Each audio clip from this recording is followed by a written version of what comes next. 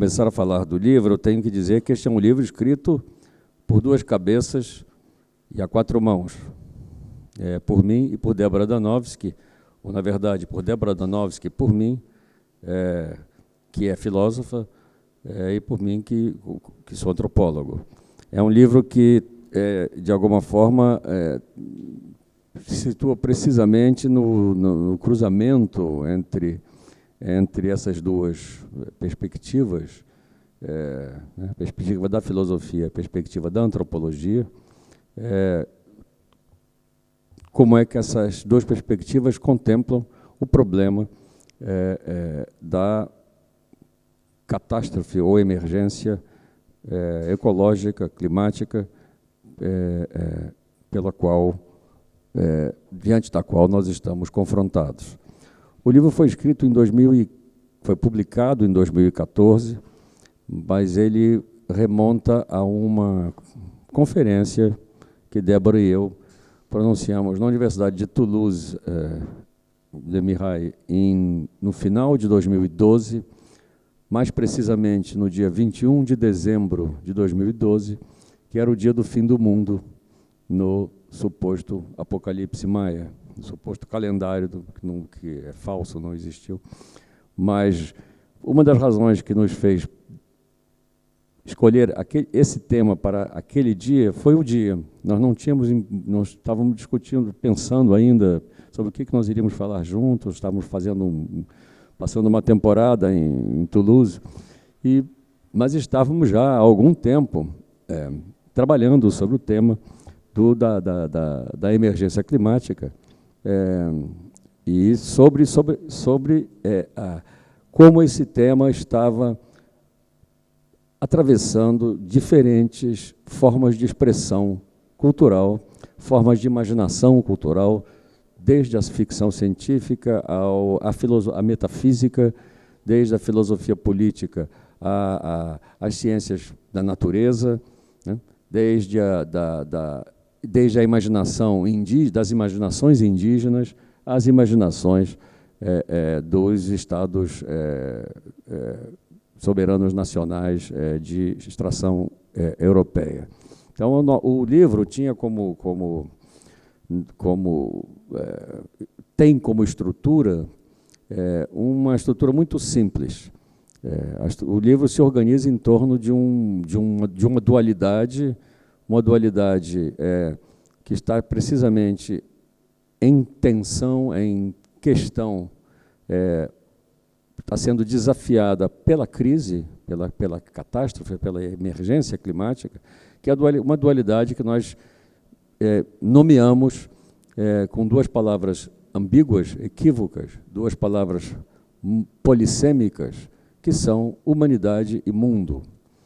A ideia é de que existe, a ideia por trás do livro é que existe uma questão, uma forma de formular, de pensar a relação, de pensar o problema da emergência climática, que é uma forma que se exprime em termos de uma contradição entre a humanidade e o mundo, ou de uma separação e de uma problematização da relação entre esses dois personagens, como se fossem dois personagens, a humanidade de um lado e o mundo do outro.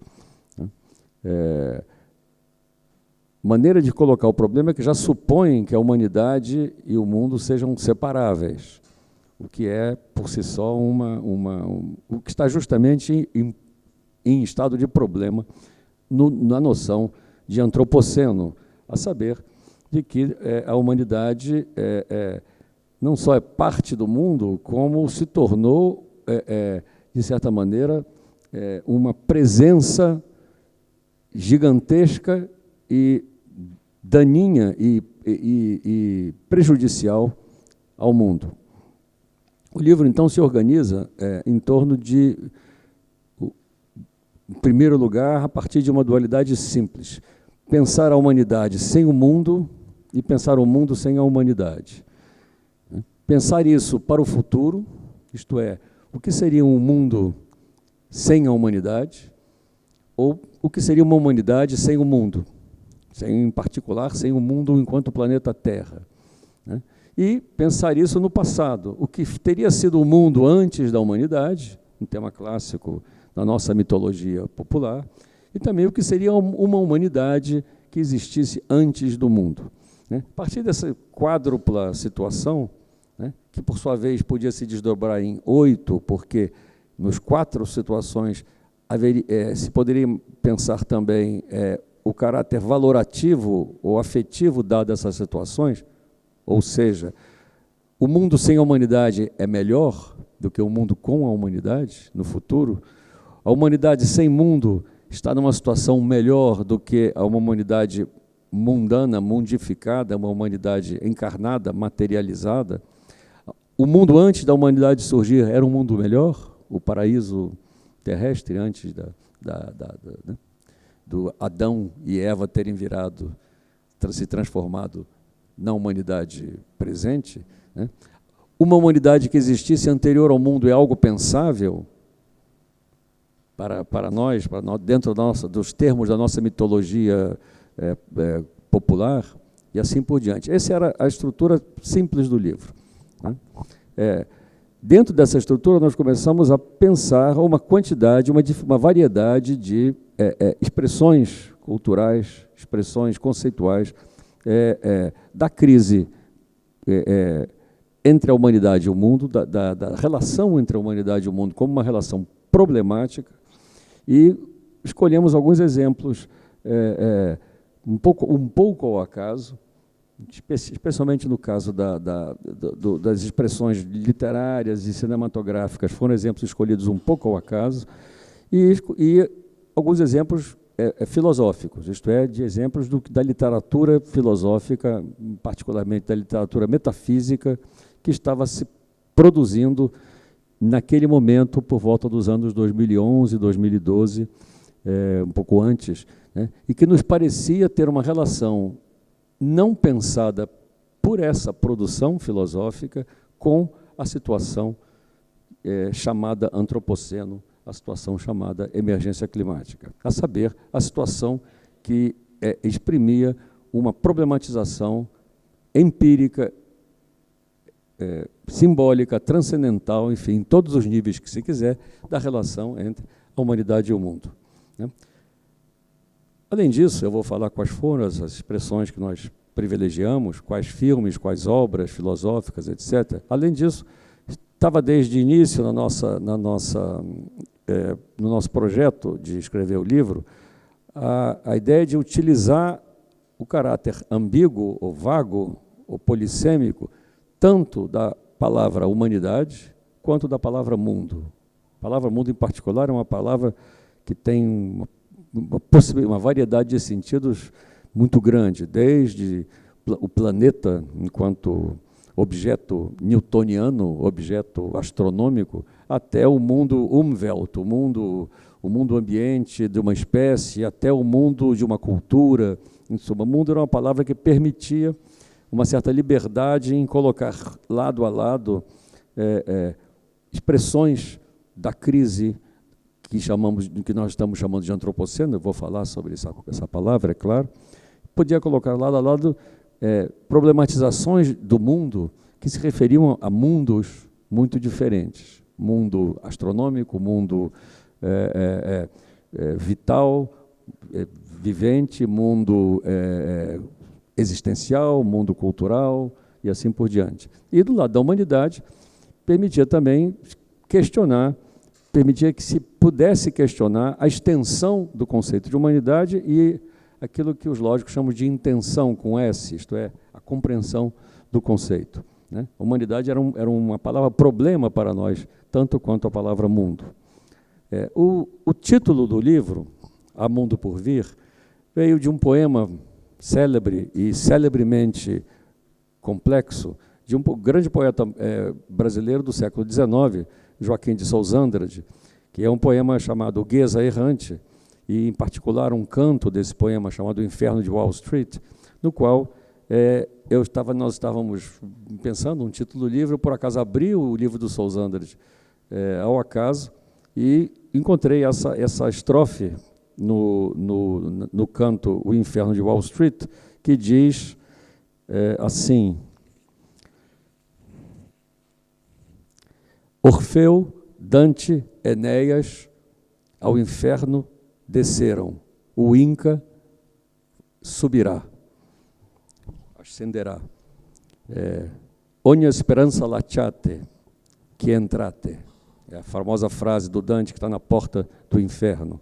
Né? Deixem toda a esperança, ó vós que entrais, deixai toda a esperança.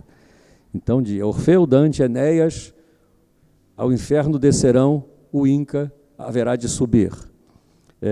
Deixem toda a esperança, ó, deixai toda a esperança, vós que entrais. E o último verso, Swedenborg, há mundo por vir? É a pergunta que ele faz para o célebre místico Swedenborg, com quem o Kant teve sobre o qual o Kant escreveu um livro famoso. E o segundo epígrafe vem de um conto, na verdade, não sei se é não me lembro mais de onde é, da Clarice Lispector, que é uma frase profundamente irônica e que conecta essa imaginação do Soussan, que é uma imaginação etnocósmica, porque ele está falando em heróis europeus e dizendo: estes heróis descerão, o Inca vai subir, isto é, os indígenas haverão de subir. Né? E pergunta: há mundo por vir? Este mundo no qual o Inca haverá de... O Inca é, na verdade, uma metonímia, uma sinédoque para os povos indígenas, os povos americanos. Né? A epígrafe de Clarice Lispector é uma frase muito irônica dela, em que ela diz: mas se nós, que somos nós homens, né? Nós humanos, mas nós que somos os reis da natureza, não havemos de ter medo, quem deverá tê-lo? Né? Se nós não temos medo, quem é que vai ter medo? Se nós, que somos os reis, né, estamos apavorados, imaginem os outros. É um pouco isso que está implícito. Ou seja, a frase dela coloca em questão a relação entre humanos e não humanos. Então, num certo sentido, a epígrafe de Sousandade coloca o problema em termos da relação entre Europa, povos europeus, povos do norte, colonizadores e colonizados, e a epígrafe de Clarice coloca o problema em termos de relação entre humanos e não humanos. Um pouco essa escolha que nos fez escolher as epígrafes. O livro também foi muito marcado por um filme que nós vimos, por duas coisas, na verdade, três produtos, três expressões, três discursos marcaram profundamente esse livro. O primeiro foi um filme, o filme que saiu no ano em que nós, um ano antes de nós fazíamos a conferência, foi o filme do Lars von Trier, o Melancolia. Naquele mesmo ano saiu publicado um livro, saiu um outro filme, de um grande cineasta húngaro, o Béla Tarr, chamado O Cavalo de Turim, que é um filme, ambos os filmes, o de von Trier, que é uma ficção astronômica, digamos assim, e o filme de Béla Tarr, que é uma ficção, não sei como dizer, porque se trata de um casal de camponeses, casal não, pai e uma filha, em que o mundo vai se paralisando, vai se imobilizando, vai se apagando, literalmente, vai se secando, o filme termina com todo mundo, só tem duas pessoas paralisadas na cena. É um filme de fim do mundo por, como se diz, de decadência infinita até a imobilidade, enquanto que o filme de Lars von Trier é o filme de choque monstruoso de um planeta gigantesco contra o planeta Terra. Planeta gigantesco que ele chama de Melancolia e que nós vimos, desde que vimos o filme, como sendo aquele planeta é a Terra, na verdade. Ele é um planeta azul gigante que se choca contra o mundo humano. É como se fosse o planeta Terra se chocando, ou Gaia, talvez, pudéssemos chamar esse planeta, se chocando contra um planeta que é um planeta humano. O mundo humano que é atingido por melancolia, notem bem, é um mundo burguês, toda a história as pessoas que são os personagens que são exterminados pelo choque, que aparecem em primeiro plano, são uma família burguesa dinamarquesa, provavelmente, e Os dois filmes ainda tinham um aspecto importante, curioso, mas que nos chamou a atenção. O primeiro sinal da chegada de melancolia no filme de Lars von Trier é que os cavalos se recusam a atravessar uma ponte.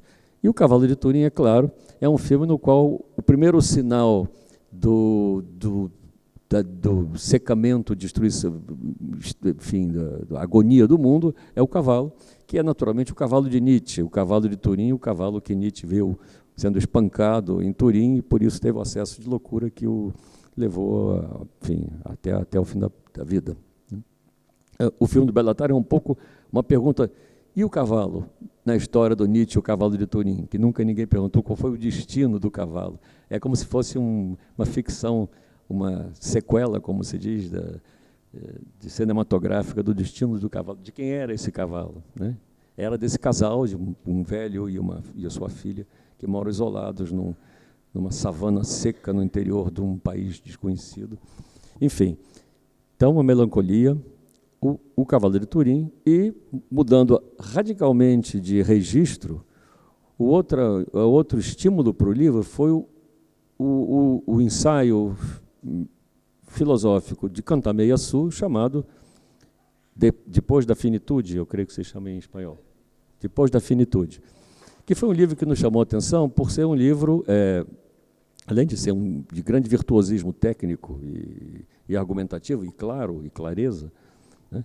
Era um livro que nos parecia, e que nada tinha a ver com antropoceno, clima, era uma argumentação metafísica altamente abstrata, mas cujo problema era precisamente a questão da relação, ou da correlação entre o mundo e o entendimento humano enquanto condição de possibilidade de conhecimento do mundo. Em suma, cujo problema era a correlação kantiana entre o sujeito e o objeto. E o problema de Meia-Su era dizer: o correlacionismo, isto é, a proposta kantiana de que o mundo e o homem estão em correlação, é impossível pensar o mundo sem pensar o pensamento humano que o pensa, e é impossível pensar o homem sem pensar o mundo no qual ele é um ser corporal e, enfim, dotado de material e etc. E a tese do Meia-Su é de que é preciso separar radicalmente essas duas, separar a correlação para que se possa garantir filosoficamente a existência do mundo, de certa forma, independente daquele que o conhece. A questão pode parecer um pouco absurda para quem não é metafísico profissional, mas era uma questão de fato complexa. Como garantir, justificar filosoficamente que o mundo existe, independente da justificação de que o mundo existe, de certa forma, né? Havia um certo esforço um pouco paradoxal, mas ao mesmo tempo, num certo sentido, bem sucedido, digamos assim, de fazer essa prova. Nos parecia que essa preocupação com a relação entre o homem e o mundo, expresso por Meia-Su em termos abstratos, metafísicos, ligados a toda uma dinâmica interna da filosofia ocidental, particularmente a partir de Immanuel Kant, né, tinha uma relação que ele não percebia, em que ele exprimia um certo espírito do tempo, que estava sendo expresso por von Trier e por Belatar, em um registro completamente diferente, a saber, de que o mundo e o humano não estão em correlação, mas estão, ao contrário, em contradição, de alguma forma. É como se o mundo, para existir, precisasse da não existência do homem, de alguma forma, da extinção, se não física, pelo menos metafísica do homem, se não uma extinção empírica, pelo menos uma extinção transcendental, que é isso que faz Meia-Su, ele mata transcendentalmente o homem, né? É um assassinato transcendental, digamos assim, né? Um crime perfeito, porque a vítima não existe, mas enfim. E, de outro lado, como isso exprimia uma espécie de sintonia com o tempo, com o Zeitgeist, com o espírito do tempo, que von Trier, Belatar e muitas outras obras estavam exprimindo em outros registros. Eu falei em dois filmes que podem ser considerados filmes, como é que se diz, de arte, filmes... Mas havia uma série de outras produções populares, filmes como O Mundo Depois do Amanhã, que é um filme bastante interessante do Roland Emmerich, sobre o congelamento do hemisfério norte por um problema climático, né?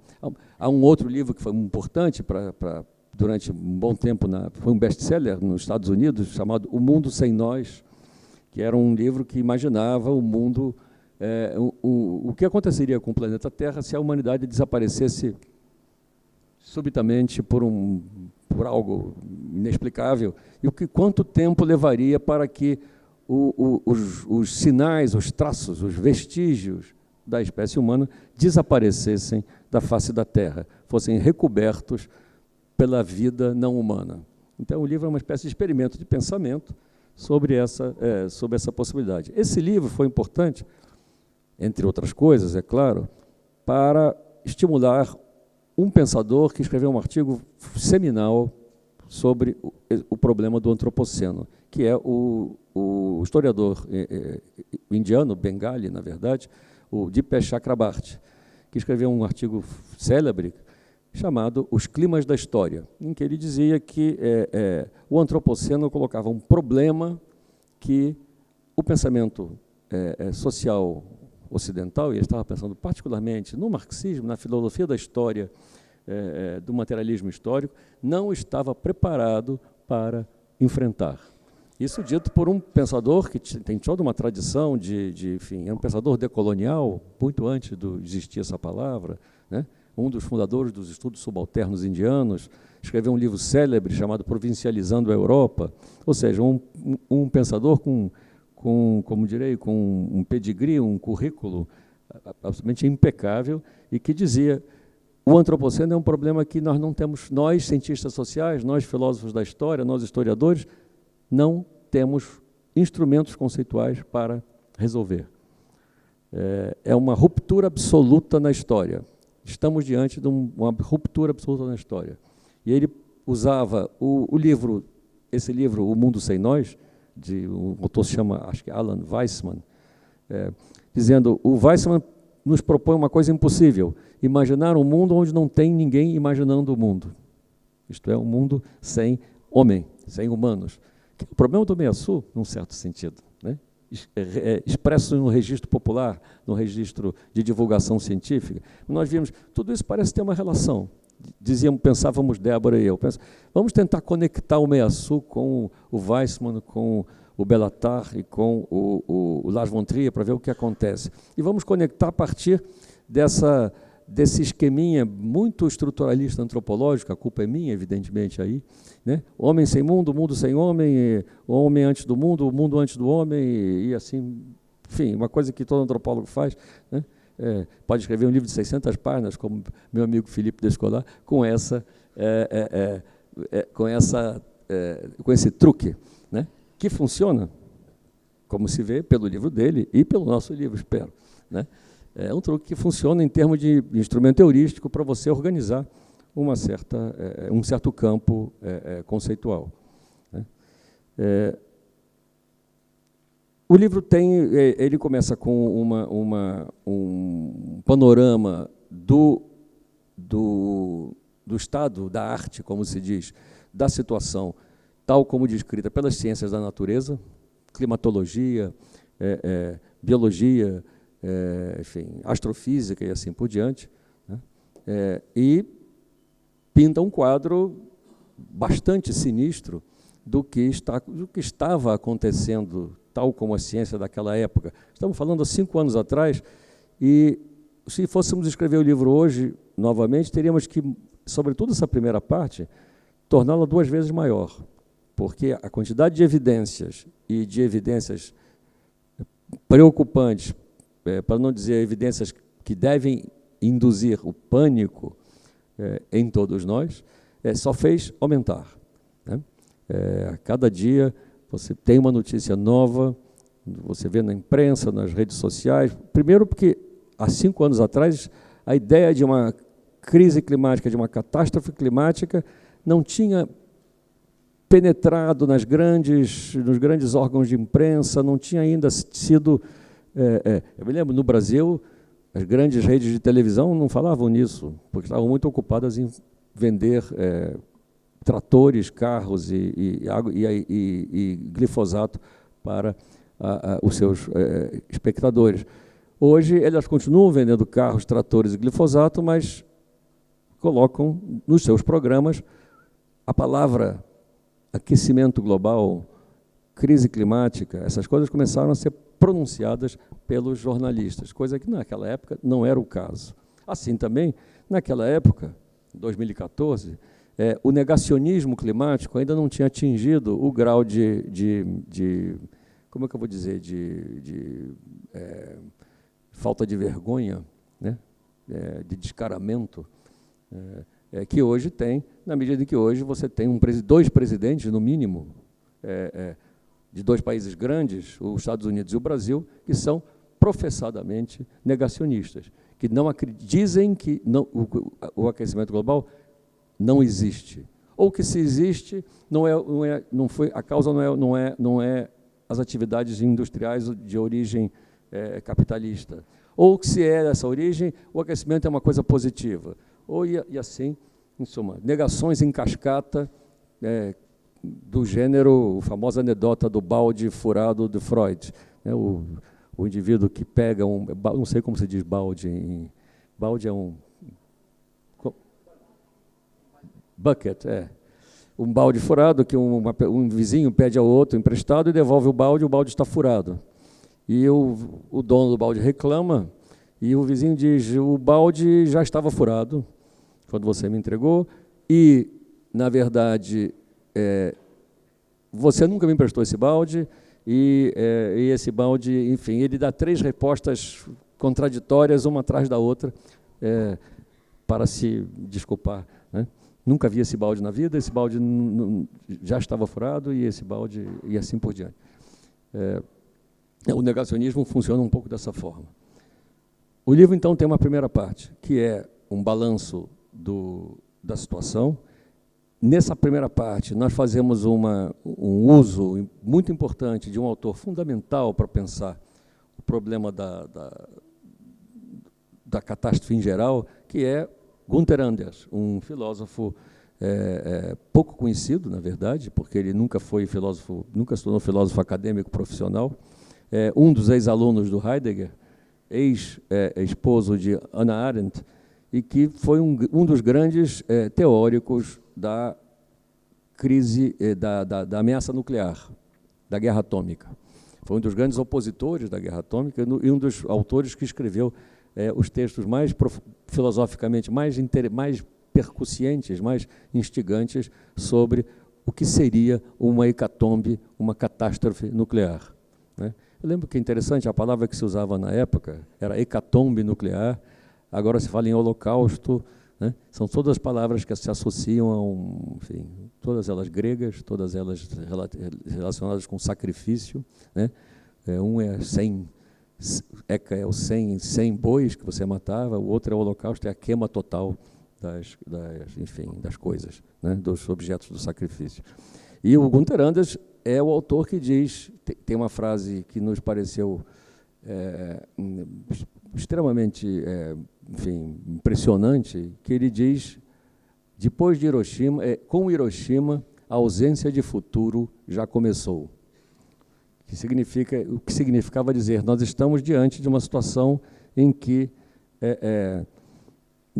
inteiramente nova na história humana, né? E uma situação na qual o futuro se tornou metafisicamente inexistente, porque é como se dissesse, o mundo já acabou. Com Hiroshima, o mundo já acabou, né? De certa maneira. Ele acabou antes de acabar, né?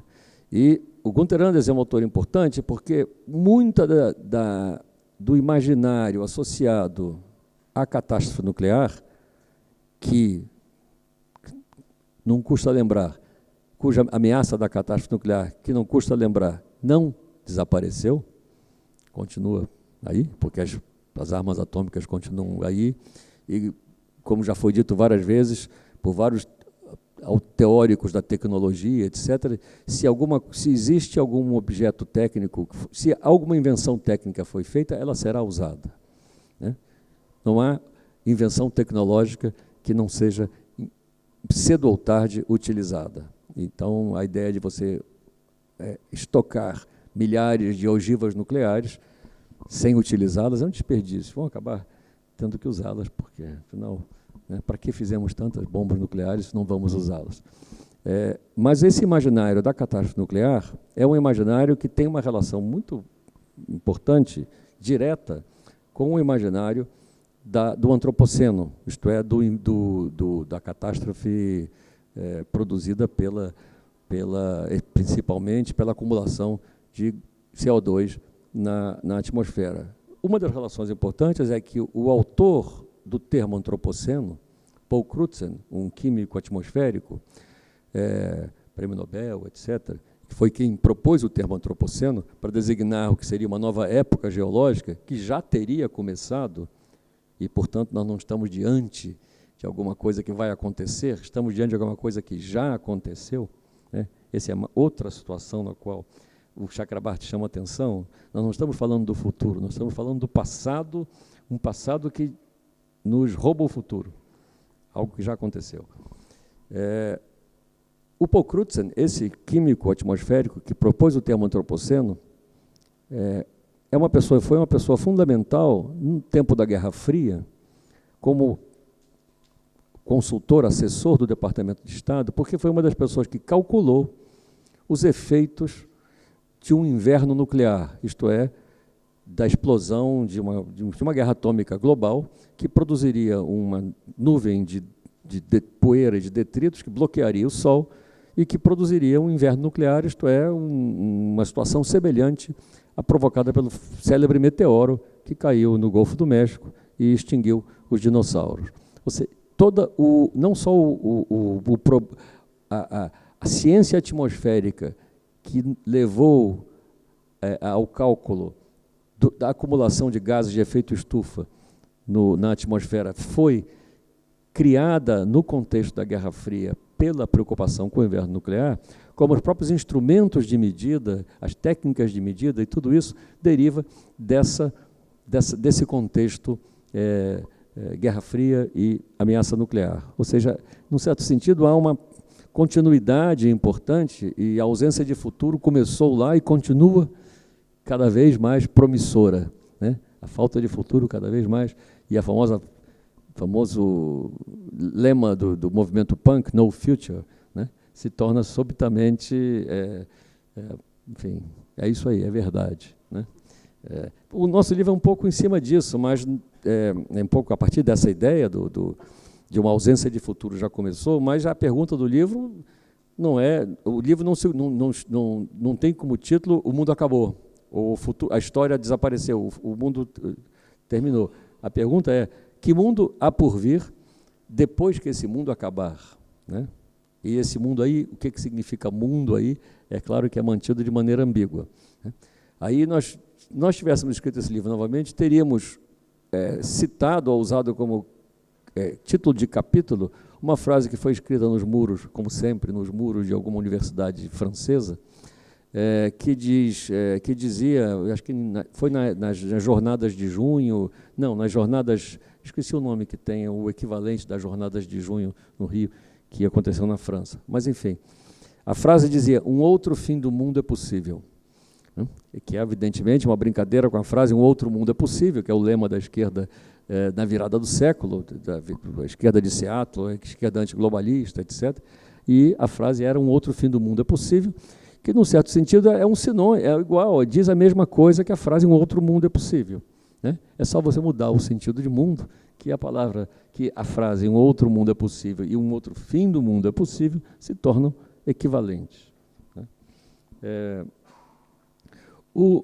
Eu dizia, então, que o livro não é um livro para celebrar o fim do mundo, né? Mas é um livro para indagar como a ideia de fim do mundo, de fim de mundo, digamos assim, né?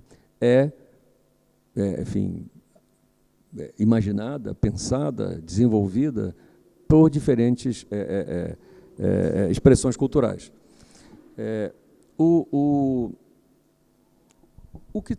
O que o livro talvez introduza vamos dizer assim, de diferente na literatura que se ocupava do problema das ficções distópicas sobre o fim do mundo, né, que tem uma presença importantíssima na ficção científica, um gênero de literatura que talvez a gente não tenha usado muito no livro, mas que para nós foi muito importante, porque nós entendemos que a ficção científica é a metafísica popular da modernidade, da contemporaneidade, né, metafísica pop, digamos assim, né, e que, portanto, cada vez mais tem sido absorvida pela metafísica propriamente dita, né? Cada vez mais você vê citadas por filósofos profissionais, digamos assim, autores como Ursula Le Guin, David Brin, Philip Dick, né? Philip Dick, em particular, é um autor que tem tinha uma presciência em relação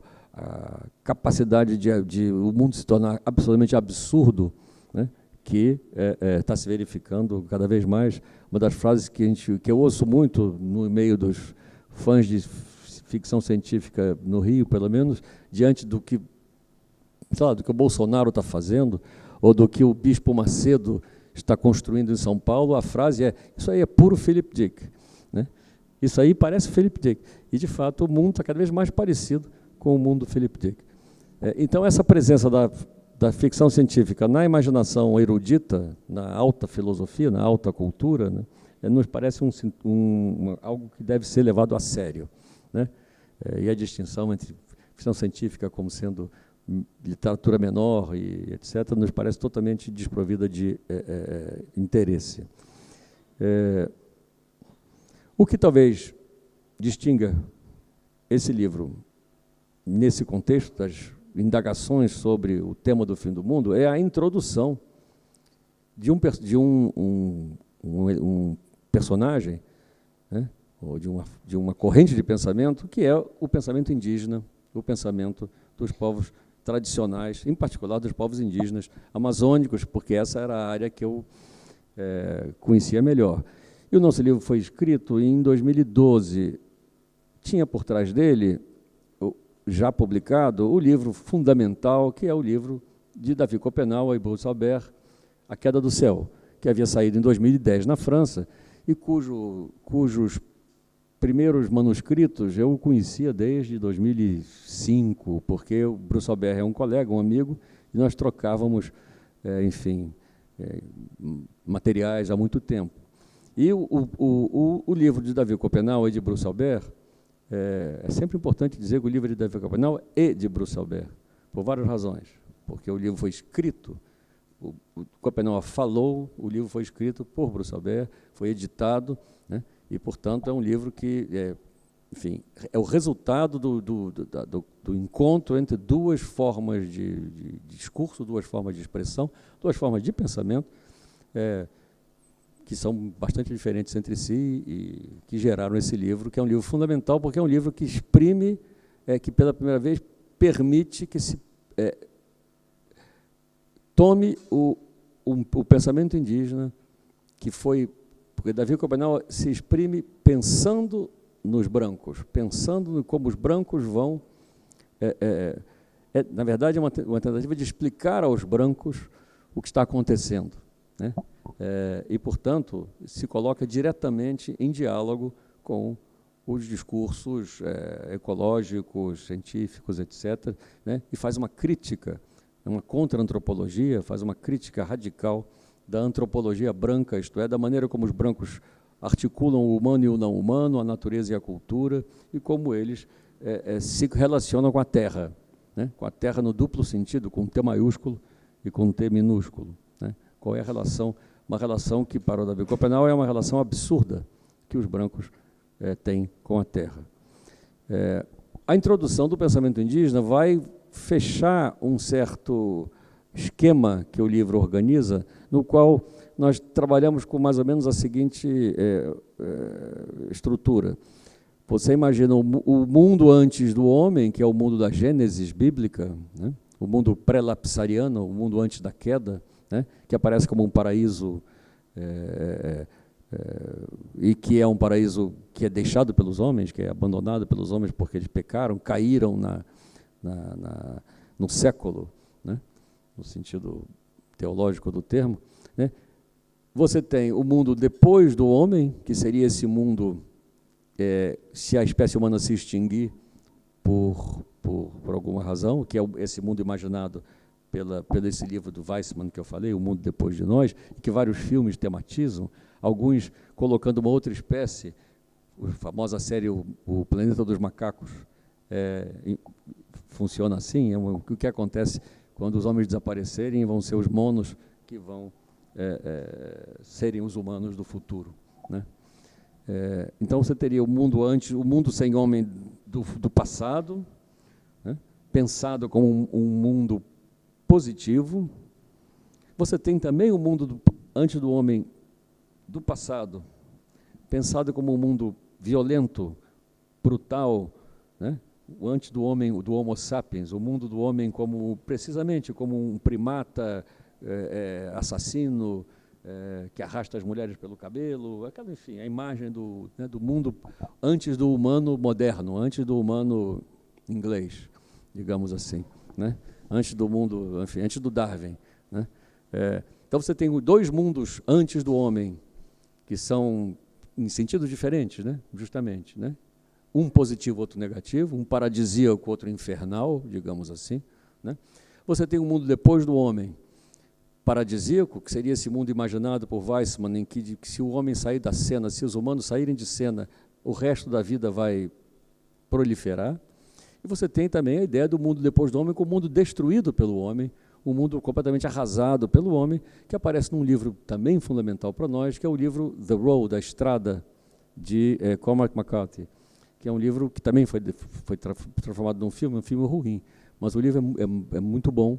É um livro precisamente sobre o mundo destruído por uma catástrofe, provavelmente nuclear, com pouquíssimo, um mundo tipo Mad Max, na verdade. É um pouco a mesma coisa que o Mad Max, né? O que acontece com o mundo? Os homens que sobram num mundo destruído por eles próprios, né? Você teria, então, também uma outra figura mais complexa, que é o homem sem mundo, em dois sentidos diferentes. Um no sentido em que está contido na obra do Meillassoux. Isto é, até que ponto, a pergunta, de certa maneira, é a maneira como Meillassoux vê as coisas, né?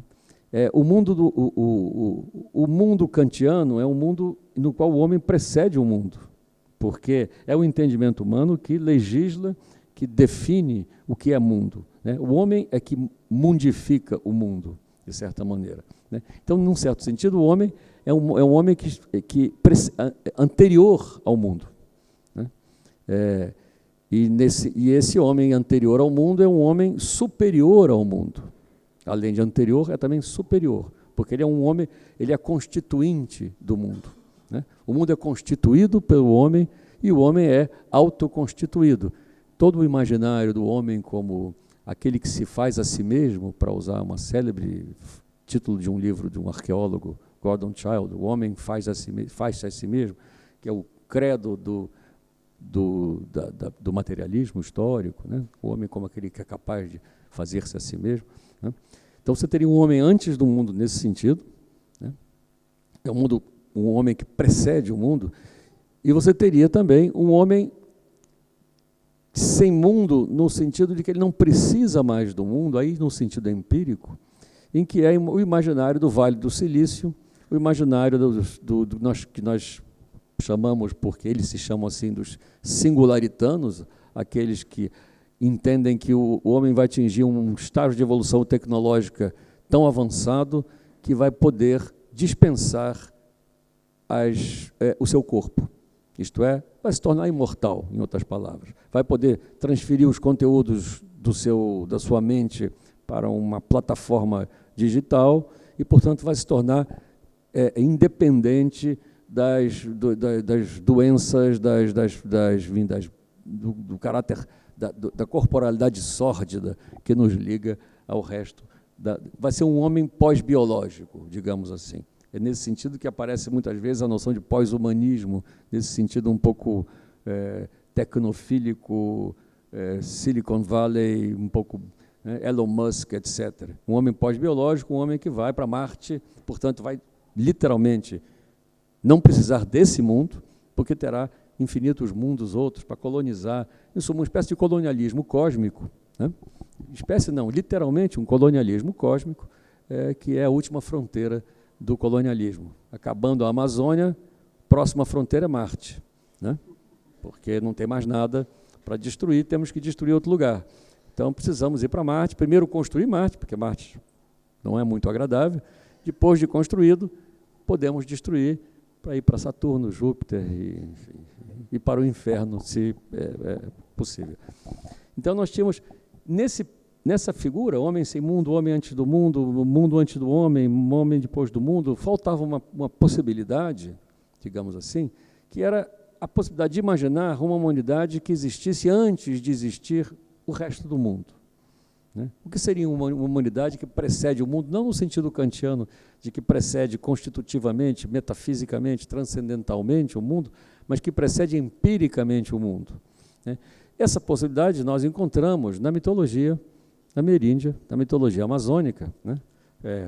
E na qual é extremamente comum, né? É quase que a forma canônica de narrativizar a origem das coisas, né?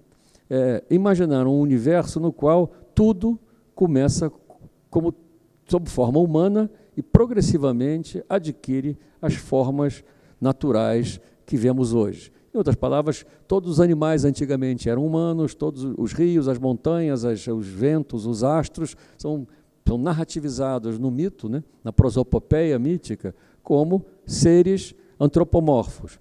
Se não anatomicamente antropomorfos, pelo menos, como direi, subjetivamente antropomorfos, capazes de comportamentos, reações e discursos e falas de tipo humano. Né? E isso aparece frequentemente sob forma taxativa, de forma afirmativa. Antigamente, tudo era gente, ou no começo dos tempos, tudo era humano, com aquelas exceções sobre as quais eu falei numa das palestras anteriores, em que, por alguma razão, por alguma perversidade característica do pensamento ameríndio, eu adoro esse começo de um mito Aikevara, uma população tupi, que diz, no começo dos tempos não havia nada, mas já haviam pessoas e tartarugas. Né? Ou seja, as tartarugas estão ali para evitar que, em suma, um certo, não sei como dizer, um certo despotismo, um certo autoritarismo, uma certa totalitarismo, é a palavra, antropocêntrico excessivo. Mas a ideia de que o humano precede o mundo empiricamente, em outras palavras, de que tudo que existe é uma transformação histórica de uma certa humanidade primordial, em que a humanidade aparece como uma espécie de matéria-prima do cosmos, né? E, sob vários aspectos, isso é uma inversão radical da nossa mitologia, no qual os humanos são os últimos a chegar na história da Terra. Né? Ainda que seja totalmente falso, na Bíblia é assim, o homem foi criado no último dia, né? E na nossa concepção da evolução, nós imaginamos que nós somos a última espécie que apareceu no planeta, né? O que é também totalmente falso, porque espécies aparecem novas todo dia, digamos assim, né? E a ideia de que o homem é o último ser tem, evidentemente, está associada à ideia de que é o ponto mais alto da evolução. Nós imaginamos sempre evolução como uma coisa que vai do pior para o melhor, quando a evolução darwinista não tem nada a ver com isso, né? O homem não é a última espécie a aparecer, mas nós temos a ideia de que é primeiro o mundo, depois o homem, no lado empírico, enquanto que do lado transcendental é o oposto, primeiro o homem, depois o mundo. E essa tensão entre o homem empírico, que é interior ao mundo, e o homem transcendental, que é exterior ao mundo, porque o constitui cognitivamente, culturalmente, conceitualmente, é uma tensão que vai marcar toda a modernidade. Aquilo que Foucault chamou celebremente da doublé, dobradinha, não sei como se traduz, empírico transcendental, que é essa figura, que é o homem da episteme moderna, né? Que pode ser visto nesses termos. E o que aparecia, então, no mundo...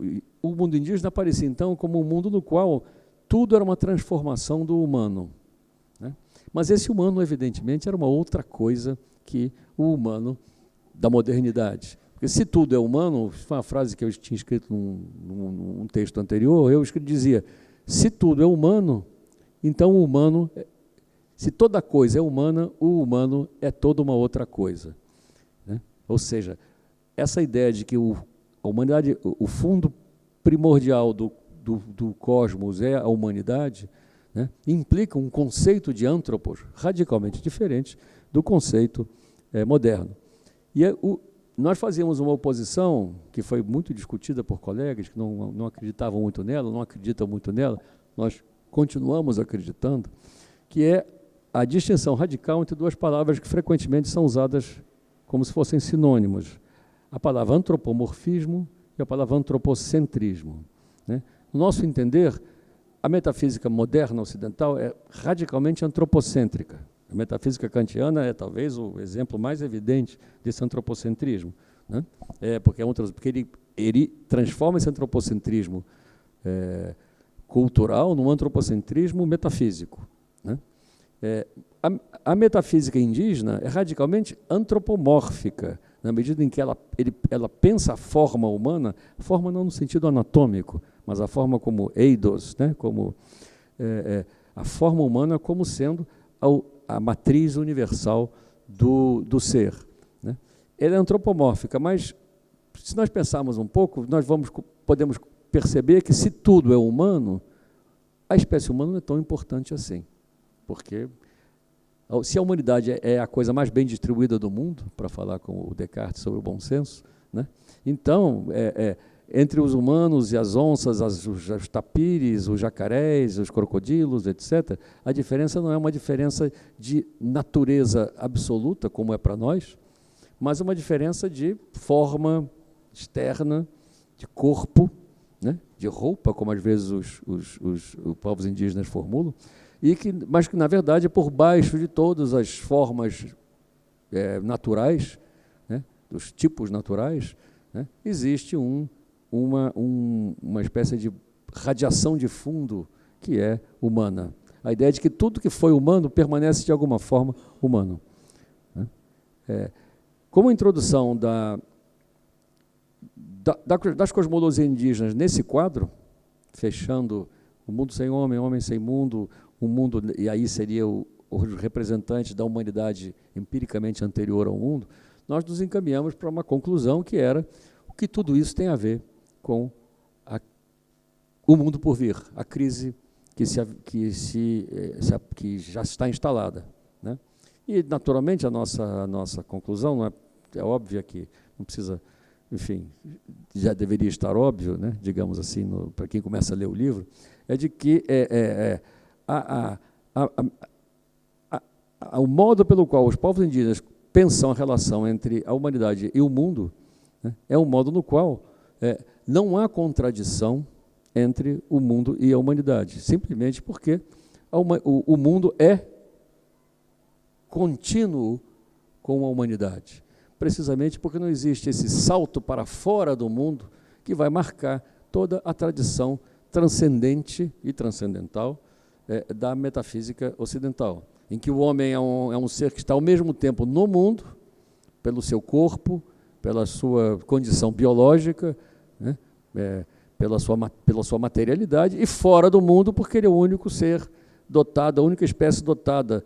Antigamente chamava-se alma imortal, depois chamou-se cultura, linguagem, Édipo, lei, trabalho, enfim, todas essas coisas que distinguiriam os homens dos demais seres vivos, né? Essa ideia de que os homens são animais plus, animais com alguma coisa a mais, né?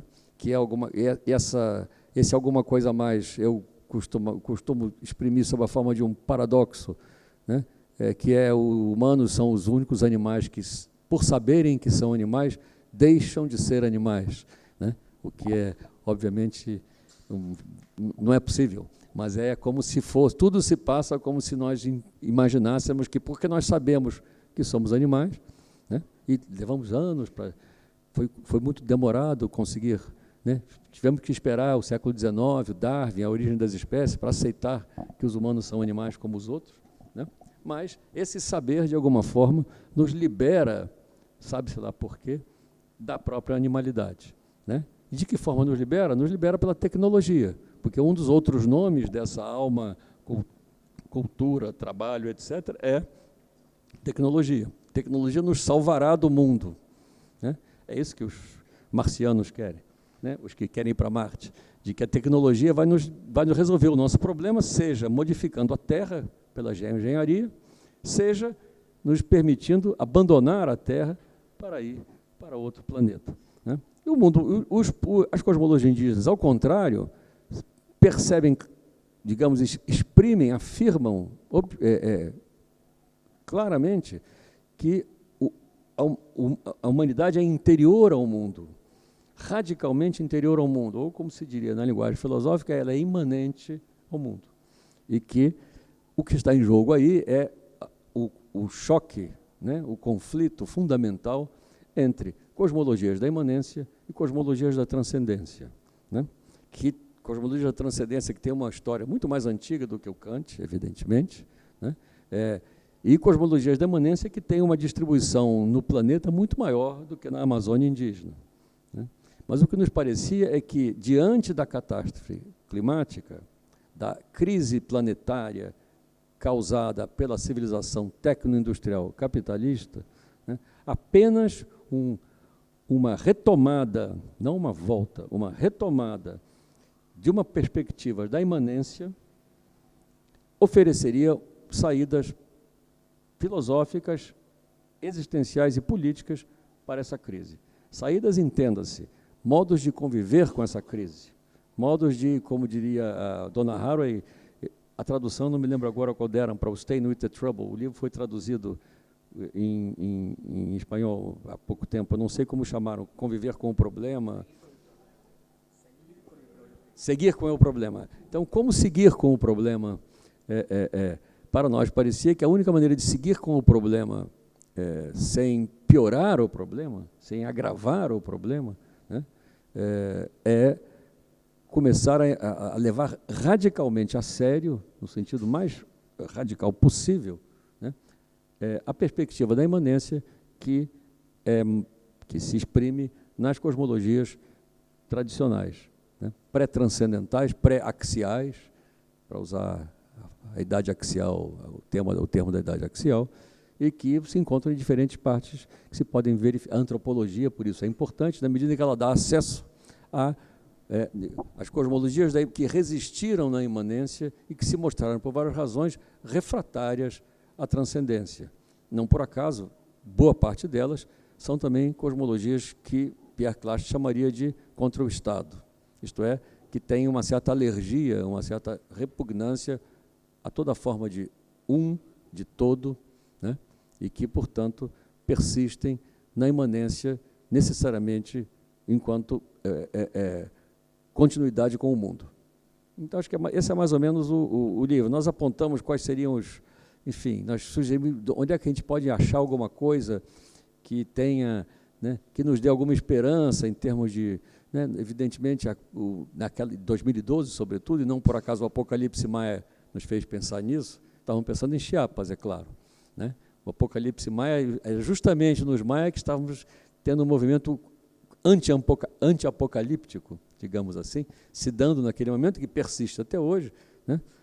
E que nos parecia assim, bom, esse é um exemplo, não é todos nós temos que ir para a selva lacandona e botar passamontanhas, etc., mas ali está se passando alguma coisa que é historicamente crucial, né? E nós terminamos mais ou menos com uma evocação dos zapatistas como sendo os povos do futuro, não os povos do passado, mas os povos do futuro. É isso.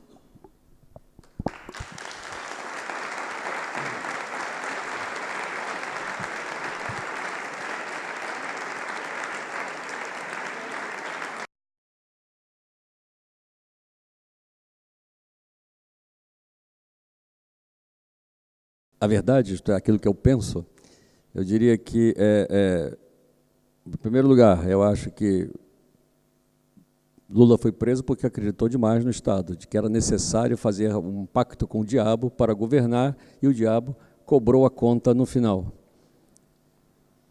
Ele foi impedido por seus aliados políticos, né, com os quais ele precisou negociar para poder governar. Ou assim pensava, e talvez tivesse razão. E se ele tinha razão, estamos mal. Esta é a questão. Se foi necessário se aliar com o grande capital, com os gangsters que hoje controlam o país, para poder fazer o que ele fez, e que foi um bom governo, sob quase todos os aspectos, né? Se foi necessário essa aliança, e se essa aliança necessariamente levou à sua prisão, sua perseguição e assim por diante, então, deixo a pergunta no ar. Segundo, eu acho que sempre que você tem uma montada, uma subida da direita no mundo, como vemos agora, né, no mundo inteiro, enfim, mas particularmente em países como, sei lá, Filipinas, Hungria, Polônia, Brasil, né, e por pouco a Argentina escapou dessa, né? Como é que se faz? O fato é que sempre que temos uma subida da direita, nós vamos voltar àquele reflexo condicionado, natural, que é a esquerda precisa se organizar, se piramidalizar, se verticalizar. Sem organização não há possibilidade de resistir. Conhecemos e ficamos nessa eterna discussão, né? Então, vemos surgir de novo, enfim, a velha tema da é preciso fazer frente à organização da direita. A direita tomou o Estado, precisamos retomar o Estado da direita. É claro que imaginar um país do tamanho do Brasil sem Estado é um absurdo absoluto, não se trata disso, né? Ainda que, se nós formos pensar em termos macro-históricos, em termos de história profunda, Ursula Le Guin, que é uma escritora de ficção científica, mas que, enfim, filha de um antropólogo famoso, o Kreber, né, e que tem uma grande profundidade de reflexão, ela diz: nós imaginamos hoje que o capitalismo como se diz, ele é eterno, não tem nada fora dele. E ela diz, pois no século XVII, nós pensávamos que o direito divino dos reis era eterno. E, entretanto, ele passou, né? Então, é possível que a forma Estado, que surgiu há muito tempo, né, mas que não significa... A humanidade viveu mais de 100 mil anos sob outras formas de organização coletiva, que não são o Estado, em particular, o Estado-nação moderno, que surge em 1683 com o Tratado de Westfália, ou alguma coisa assim. A ideia de que essa forma é perpétua, permanente, eterna, é totalmente não justificada. Naturalmente, nós estamos dentro dela, temos que trabalhar dentro dela, temos que explorar o fato de que não existe formas puras, exceto no mundo platônico, e que, portanto, toda organização coletiva baseada na forma Estado contém dentro de si uma quantidade de virtualidades, de brechas, de formas, né, de resistências, de desvios, né, que escapam do Estado. E são essas formas, de alguma maneira, que para as quais é preciso investir, né? Talvez um exemplo disso seja, entre muitos outros, não sei, políticas de Estado que foram capturadas pela população e desviadas por ela e utilizadas, de certa maneira, contra o Estado nesse sentido, né? A revelia do Estado. Os exemplos disso são infinitos, né? Então, não se trata de dizer os zapatistas ou a Revolução Francesa, ou Napoleão, né? Ou o Código Napoleônico ou o zapatista. Não se trata exatamente disso, mas certamente, se for o caso de escolher diante do que se coloca, e a minha impressão, a impressão desse livro, é de que o Estado-nação não é capaz de deter o processo, a forma Estado-nação, que é a forma hoje universal no planeta, em termos de hegemonia. A ONU se chama Organização das Nações Unidas, mas, na verdade, deveria se chamar Organização dos Estados-Nação Unidos, porque os membros da ONU não são nações são estados-nações.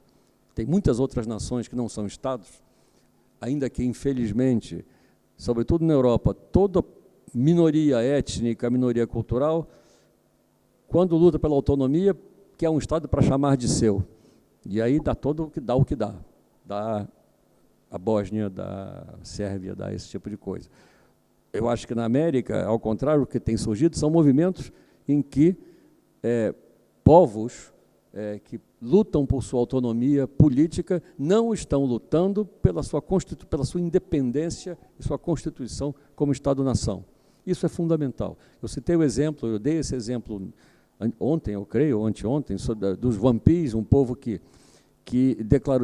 declarou sua autonomia em relação ao Estado peruano, o território que eles ocupam como autônomo em relação ao Estado peruano, mas disseram, não queremos a independência do Estado peruano. Nós queremos a autonomia para decidir o que é feito em nosso território, em termos de extrativismo, em termos de exploração, em termos de agronegócio e assim por diante. Nós decidimos, o que eu interpretei como significando, no território Wampis, os peruanos são os Wampis. Isto é, aqui os peruanos somos nós. Não estamos querendo ser não peruanos, nós queremos ser os peruanos aqui. O que é digamos assim, uma inversão perspectivista, se quiserem, né? Muito interessante. Então, o caso de Lula é evidente que, como se diz, é claro que é Lula livre, porque qual é a alternativa? Lula preso? Isso é mais Estado do que o Lula livre, né? Evidentemente. Qual seria a alternativa a Lula livre, se não Lula preso, isto é, um Estado autoritário, um Estado fascista, né? Que é o que está, no momento, se instalando no Brasil, né? Então, isso posto, para quem conhece, vive ou trabalhou na Amazônia, os governos do PT, não se pode deixar de dizer isso, simplesmente porque o Lula foi preso injustamente, fraudulentamente, por um governo fascista, não se pode deixar de dizer que, no caso da Amazônia, os governos do PT estavam em continuidade ideológica, cosmológica, se quiserem, com os governos da ditadura, os governos do PSDB, os governos de Bolsonaro, isto é, com um projeto de desenvolvimento capitalista que ignora radicalmente formas de vida outras que aquelas que se enquadram enfim, nos termos do grande capital, né? E que brutalizam os povos, as espécies e os objetos naturais, os eventos naturais da Amazônia, de um modo suicida. Talvez o grande exemplo disso, o grande escândalo, seja a barragem hidrelétrica de Belo Monte, segunda ou terceira maior obra hidrelétrica do planeta, que destruiu o rio Xingu, está destruindo o rio Xingu, que expulsou das suas terras povos indígenas, povos tradicionais, pescadores, ribeirinhos, porque são pessoas que não estão no mercado formal, em suma, não geram mais-valia dentro do esquemão, né? E essa barragem foi criada por uma ideia que foi implementada pelo governo do PT, né, forçada pelo governo do PT, em particular pelo governo de Dilma Rousseff, que era ministra de Minas e Energia, quando essa barragem foi implantada, uma barragem que, como disseram todos os especialistas em energia hidrelétrica, em engenharia, etc., disseram, esta barragem não foi construída para gerar energia, foi construída para dar dinheiro para as construtoras, para gerar capital, né? Para fazer o capital andar, né? Não foi para gerar energia, isto é, porque ela tecnicamente uma barragem mal feita do ponto de vista da produção de energia, e a energia que ela produz é uma energia que está sendo utilizada essencialmente. É uma barragem criada no meio da Amazônia para jogar energia para o sul do país e para as fábricas de alumínio instaladas no Baixo Amazonas, que fabricam latas de cerveja e de saquê para vender para o Japão e para a China. Quem mora na Amazônia, ou quem trabalhou na Amazônia, não pode aceitar, né, engolir o projeto de Brasil que todos os partidos políticos oficiais, né, sobretudo os partidos mais importantes, como o PT, o PSDB, ou esses outros partidos absurdos que tem no Brasil. O PSDB também é absurdo, mas, enfim, ele está acabando como partido. Todos eles compartilham, né? O que você tem hoje é uma hegemonia de uma concepção de país que imagina o Brasil como devendo ser, tendo que ser, podendo ser os Estados Unidos do século XXI. O que os Estados Unidos teriam sido no século XX, em particular, o que os Estados Unidos foram nos filmes de Hollywood dos anos 50. Né? E é isso que um pouco se imagina que o Brasil pode ser. E, num certo sentido, o que está sendo feito no Brasil hoje não deixa de ser muito diferente do que foi feito nos Estados Unidos no século XIX, com a Marcha para o Oeste. Você envia, o Estado deixa ir, ou manda,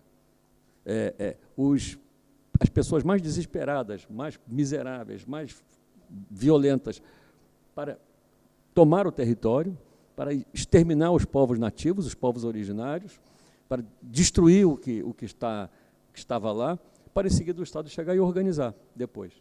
Né? O Estado manda os bandidos tomarem conta e depois ele vai lá, manda o xerife e prende os pioneiros, prende os garimpeiros, prende os madeireiros, cria uma prefeitura e organiza tudo, e tudo fica muito bem. Ou seja, o Estado utiliza um exército de reserva, no caso, literalmente, praticamente um exército. Estou falando dos garimpeiros, dos madeireiros, de todos esses homens desesperados que vão para a Amazônia em busca de fortuna, etc., né, e que estão matando, estão destruindo a Amazônia e estão matando os índios.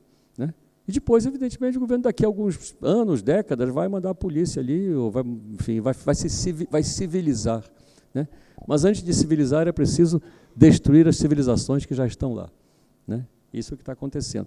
Então, a minha atitude em relação ao governo Lula, não ao Lula, ao governo Lula, é uma atitude ambígua. Ele foi, enfim, teve aspectos imensamente positivos, talvez tenha sido, sem dúvida, o melhor governo popular que o Brasil já teve, mas para a Amazônia ele foi muito devastador, né? Bastante devastador, e talvez a única diferença dele para esse governo, para os governos anteriores e para esse governo atual, é que ele era menos descarado, menos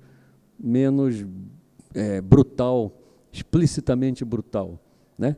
Uma distinção importante para os governos, como o governo do PT, do PSDB, os governos democratas, os governos progressistas do Brasil, né? O etnocídio e o ecocídio são efeitos colaterais lamentáveis, mas necessários do progresso. São lamentáveis, mas são inevitáveis. Né? Para o governo atual, o genocídio e o etnocídio são efeitos desejados, visados. Essa é a diferença fundamental. Né? No outro caso, vários amigos de esquerda diziam, é uma pena, Belo Monte é uma pena, mas você veja, o Brasil precisa de energia, né? Infelizmente, é lamentável que se tenha que destruir o rio Xingu, que se tenha que, eles não falam assim, é claro, lamentável que se tenha que, enfim, expulsar populações tradicionais, enfim, né? Mas o progresso é o preço do progresso. Hoje não é assim que funciona. Hoje nós temos que essas pessoas são ruim, elas têm que acabar. Temos que acabar com esse pessoal. São pessoas improdutivas, essas terras não estão sendo utilizadas para a agricultura, os índios não sabem produzir, os índios são preguiçosos, temos que tomar essas terras. Enfim, são pagãos, temos que converter, é outra atitude, mas no fundo acaba tendo o mesmo resultado. Né? É uma escolha entre matar 200 e matar 2.000, digamos assim. No outro caso você chora, no outro você comemora. Mas, não, vejam só, não é tão simples assim, né? Lula livre? Sim. Belo Monte, não. Belo Monte, nunca. Lula livre, sempre. Belo Monte, nunca. Lula teria que ter sido eleito para a gente poder brigar com ele sobre isso, com ele como presidente, né? E não com esse gangster. Mas, enfim, né? Ainda assim teríamos que brigar com ele. Porque Lula foi a Altamira, a cidade onde está Belo Monte, e obrigou o PT local, que era contra a barragem, a engolir a barragem, a aceitar a hidrelétrica. Isso dividiu o PT e teve briga de sangue, briga de faca entre duas facções do PT, porque uma continuava contra a barragem e a outra seguia as diretrizes do partido, as diretrizes nacionais do partido. Ou seja, ele dividiu o movimento popular para poder construir Belo Monte. E é assim que se faz política no mundo, né? Ou assim que se faz política de Estado no mundo, não sei.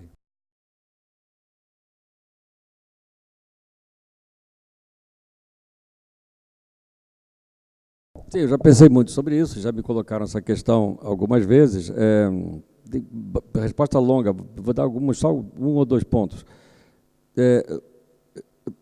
Quando falo em antropomorfismo, preciso talvez distinguir entre o uso prosopopeico, retórico, poético, mitológico, no sentido próprio da narrativa mítica, da ideia de que na origem todos os seres eram humanos, no sentido de que tinham mãos, pés, cabeça, corpo como o nosso, da ideia do antropomorfismo como se referindo à humanidade como uma posição e não como uma substância. Eu digo isso porque todo o ponto do perspectivismo é que o humano é simplesmente o que eu estou chamando de humano e que os índios imaginam no sentido estético da palavra, como humano, anatomicamente humano, né? É simplesmente a posição de quem é colocado na posição de dizer eu, em algum discurso cosmológico. Ou seja, a humanidade é um pronome e não um nome. Ela é uma perspectiva, justamente, é um deítico no sentido linguístico, né? É um demonstrativo, né? E não uma substância, um tipo de substância, né? E nesse sentido, o antropomorfismo, na verdade, é a universalidade afirmada pelas cosmologias indígenas, da possibilidade de pensar todo ponto do cosmos como um centro de ação e de intenção. Quais pontos vão ser acionados, vão ser efetivamente atualizados como polos, como sujeitos do pronome eu, vai depender de contingências culturais, históricas, histórias pessoais dos xamãs, tradições mitológicas, assim por diante. Então, de um lado. O outro, a questão, se tudo é humano, será que os jaguares se veem como todo é jaguar, etc.? Eu diria que não, de forma alguma.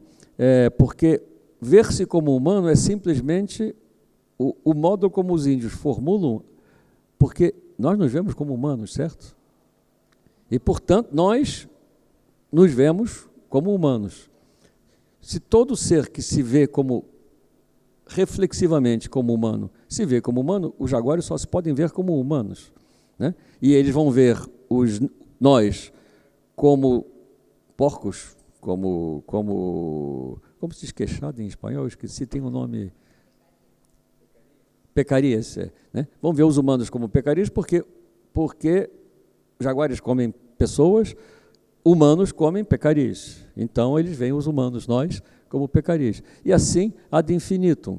Há uma passagem de uma antropóloga que trabalhou no norte dos Estados Unidos, do norte do Canadá, com os Simpson, que fala para os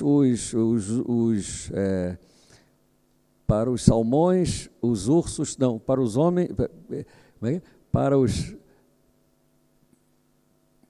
Enfim, agora eu não me lembro mais, é uma recursividade infinita em que os salmões veem os ursos, veem os salmões como salmões, mas os salmões veem Não me lembro mais. Enfim, não me lembro. Complicado. Mas, enfim, ver-se como humano não é uma afirmação substantiva, mas é uma afirmação deítica. Ver-se, o pronome hífen, se, implica humano, porque ver-se como algo significa se apreender como nós nos apreendemos. Nós nos percebemos como humanos e, por isso mesmo, a certeza de que nós somos humanos está sempre em questão, né? A humanidade de si mesmo, do próprio grupo, do próprio indivíduo, é algo que está sempre em dúvida, né? E a necessidade de se afirmar como humano, né, garantir na relação interespécies ou intersociedades, como ocupando a posição legítima de sujeito, está sempre em questão. E um dos exemplos, entre muitos disso, um exemplo que me chama a atenção, é a importância dos diálogos cerimoniais na América Indígena, em que povos diferentes, ou mesmo aldeias diferentes, o conteúdo dos diálogos cerimoniais, frequentemente, quando alguém chega numa aldeia estrangeira ou num povo estrangeiro para visitar depois de muito tempo, estabelece um diálogo ritual, um diálogo cerimonial, no qual o conteúdo do diálogo essencialmente eu sou humano. Não sou um espírito, não sou uma fera, eu sou humano. E o povo que o recebe diz, sim, você é humano. E com isso se estabelece. Por que essa necessidade, por que essa importância de se afirmar, eu sou humano? Porque, na verdade, nunca se tem certeza de com que tipo de... com quem se está lidando, né? Aquilo com que eu estou lidando, aquele animal que eu vejo na floresta é apenas um cervo, né?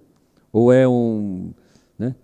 E se eu atiro nele, eu mato, jogo, flecho, e ele morre, e eu levo para casa, sem problemas. Se por acaso acontece alguma coisa estranha, como sempre acontece nas caçarias, né? Sempre acontece alguma coisa que o veado não morre com 3 tiros, ou ele fala com você, coisa que acontece aos índios, né? Aí, naturalmente, surge uma questão. Quem é o humano aqui? Eu ou ele? Né? Porque é muito importante, está sempre em jogo, a humanidade é uma posição que está sempre em jogo, né? E, então, eu diria que não, é um antropomorfismo, sim, se você entende ele como sendo uma universalização da relação, isto é, da pronominalidade. É humano quem diz eu, ou quem diz eu é humano, né? E esse humano aí não tem substância, não é um ser superior substantivamente aos demais seres, não é o único sujeito no mundo de objetos. Todo objeto é um sujeito. Eu fazia um contraste bem forçado, dizendo, do ponto de vista da epistemologia positivista ocidental, todo sujeito é um objeto pouco analisado. Se você analisar bem aquele sujeito, você vai conseguir reduzi-lo à pura objetividade, a um isso, para usar a linguagem freudiana, né? O eu, né, pode ser decomposto num isso, né?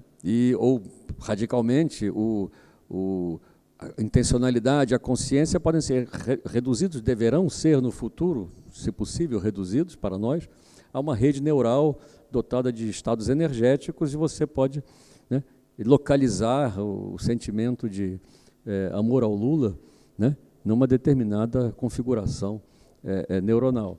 Então, o sujeito é sempre um objeto pouco analisado.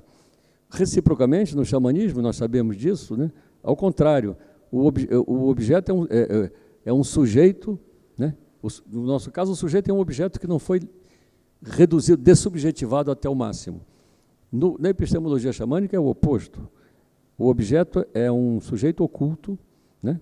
É um sujeito que não foi desencapado, não foi, né?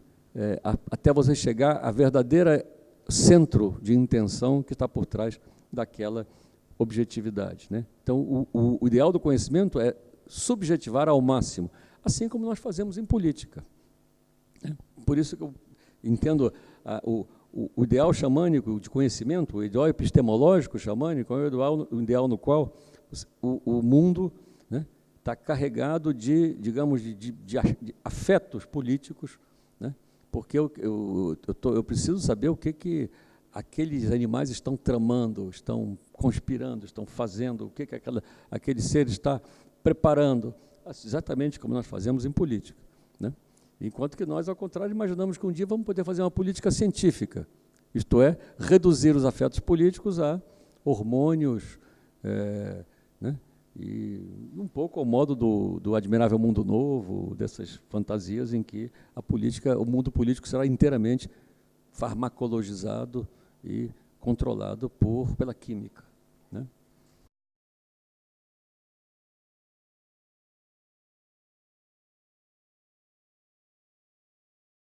Toda vez que há um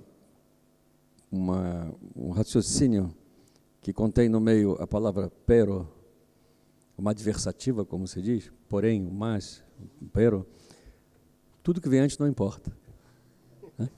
Na verdade, né? O que importa é o que vem depois, para a pessoa que está perguntando, né? Então, esqueça o que vem antes da adversativa. A adversativa, a conjunção adversativa né? Ela corta a frase.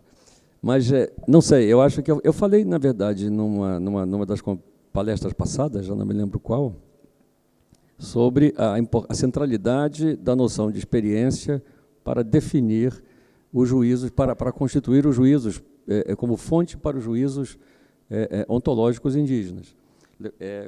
Foi a anedota que eu citei das pedras animadas dos Ojibwa, quando o antropólogo pergunta, mas todas as pedras são vivas? Ele diz, não, mas algumas são. Esse algumas são, o antropólogo continua, para os Ojibwa, a prova do bolo, como se diz, né, é a experiência. Se alguém teve a experiência, ou seja, favorecer a experiência em detrimento, por sobre, os a priori dedutivos que caracterizam nosso ideal de conhecimento, né? Para nós, o conhecimento ideal é o conhecimento a priori, o conhecimento dedutivo a priori, né? E o raciocínio filosófico perfeito é aquele que não começa pela experiência, mas começa pelas condições da experiência, ou seja, estabelecendo as condições a priori de toda experiência possível, né? E a questão da experiência real, como vai dizer um outro filósofo, né, não são colocadas dentro desse forma de imaginar o conhecimento. Então, eu creio que, se entendemos a experiência nesses termos, isto é, como uma defesa do pragmatismo, entendido no sentido jamesiano, no sentido pragmatismo, né, de James, de Dewey, de Peirce, etc., eu creio que sim, a experiência precisa ter, de certa maneira, voltar a ter uma dignidade epistemológica que ela normalmente não tem, porque a experiência é considerada como seja, por várias razões, não confio na experiência, não confio nos seus sentidos, não confio na sua experiência, consulte o manual, né? Não use o seu aplicativo sem consultar o manual, né? Não abra o seu computador sem consultar o manual. Leia o manual. O nosso modelo de conhecimento é o modelo de leia o manual. E o modelo de... Mas, na verdade, eu, pelo menos, eu tenho certeza que todos nós fazemos exatamente o contrário. Entramos no objeto pela experiência, às vezes quebramos a cara, como se diz, né? Mas talvez acabamos sabendo muito mais sobre aquele objeto do que se tivéssemos lido o manual. Então, se a experiência é isso é uma coisa. A outra questão é a questão do papel da política dos afetos, da dinâmica dos afetos, que é outra coisa, né? Qual é o papel que tem na política, no sentido largo da palavra política, e na epistemologia da dimensão dos afetos, aí no sentido, qual sentido da palavra afeto? Se é no sentido exista, se é no sentido afeto como sentimento, não sei muito bem como. Evidentemente não se faz política sem coração, não se faz política sem afeto nesse sentido, mas eu tenho que pensar uma etologia, como vamos propor, eu tenho ideias também, penso etologia no sentido de É preciso pensar a antropologia como uma etologia, como uma ciência do ethos, dos afetos. Né? Os afetos são a capacidade de afetar, de ser afetado, etc. Me parece um caminho promissor. Acho que não é a mesma coisa que a questão da experiência como dimensão fundamental da relação com o mundo. Precede o que precede. Porque a priori ou a priori. Também eu também não estou muito mais longe disso, porque eu estou desculpa pela veemência crítica ao PT, porque eu sou tão contente com todo mundo com a libertação do mundo. Só quer dizer isso. Ninguém pode dizer que está mais contente do que eu. Um que não impede, que etc. Pero